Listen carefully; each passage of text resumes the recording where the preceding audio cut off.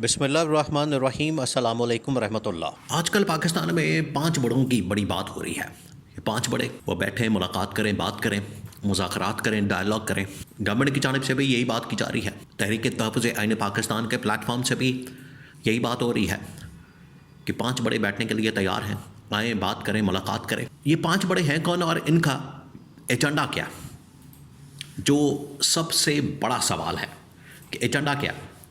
क्योंकि 5 बड़े अगर बैठ भी जाते हैं तो जितनी देर तक एजेंडा वाज़ेह नहीं होगा, जितनी देर तक इस चीज़ के ऊपर क्लैरिटी नहीं होगी कि करना क्या है, मकसद क्या है, इसके पीछे मामला क्या है, किस मकसद के लिए बैठना है और इसका रिज़ल्ट क्या निकलेगा, उतनी देर तक कोई भी इस मामले के ऊपर नहीं आएगा।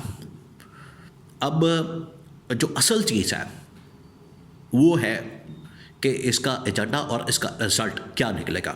एजेंडा अब आपने समझना है। आप ज़रा इमेजिन करें कि इमरान खान की जो ताकत है, पावर है, वो इतनी इस्टेब्लिश हो गई है, मान ली गई है कि आज बाहर बैठे हुए 4 बड़े, जिसमें नवाज शरीफ, शहबाज शरीफ, जिसमें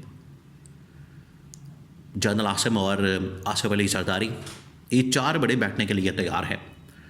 इसका मतलब ये है, इसका बड़ा वाज़ेह इशारा है और इससे ये साबित होता है कि ये 4 बड़े बाहर बैठ के भी पाकिस्तान को क्राइसिस से, बहरान से, पाकिस्तान को मसाइल से नहीं निकाल सके और पाकिस्तान मज़ीद बहरानों के अंदर चला गया।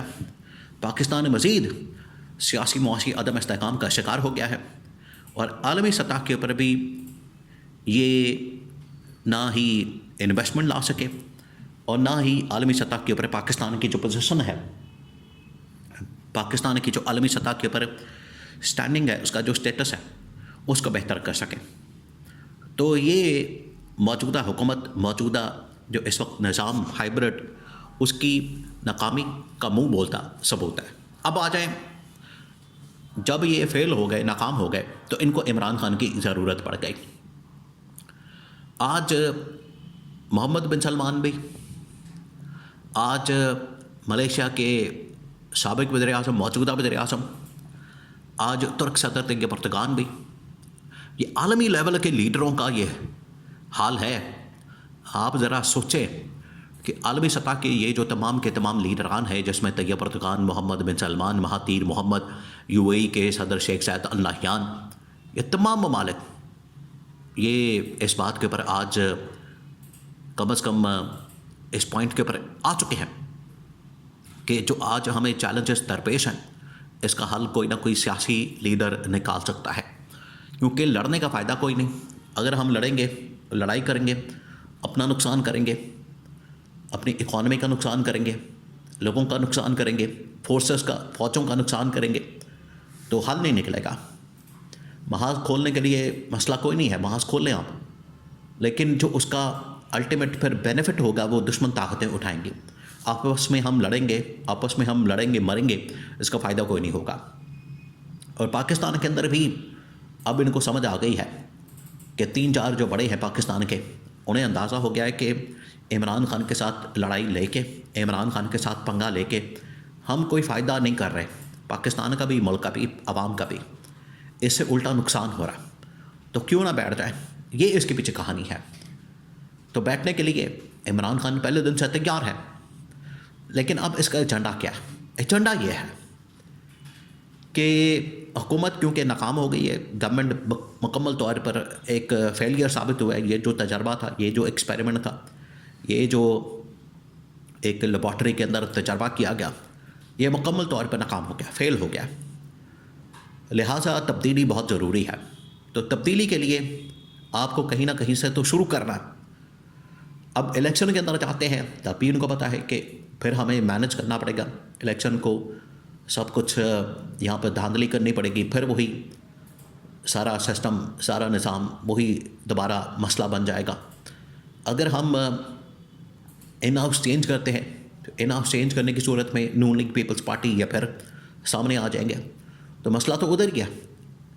जब नून लीग अभी डिलीवर नहीं कर पा रही, हर तरह की सपोर्ट होने के बावजूद, हर तरह की हिमायत होने के बावजूद, मुकम्मल इनके साथ इस्टेब्लिशमेंट खड़ी है, लेकिन ये फिर भी डिलीवर नहीं कर पा रहे।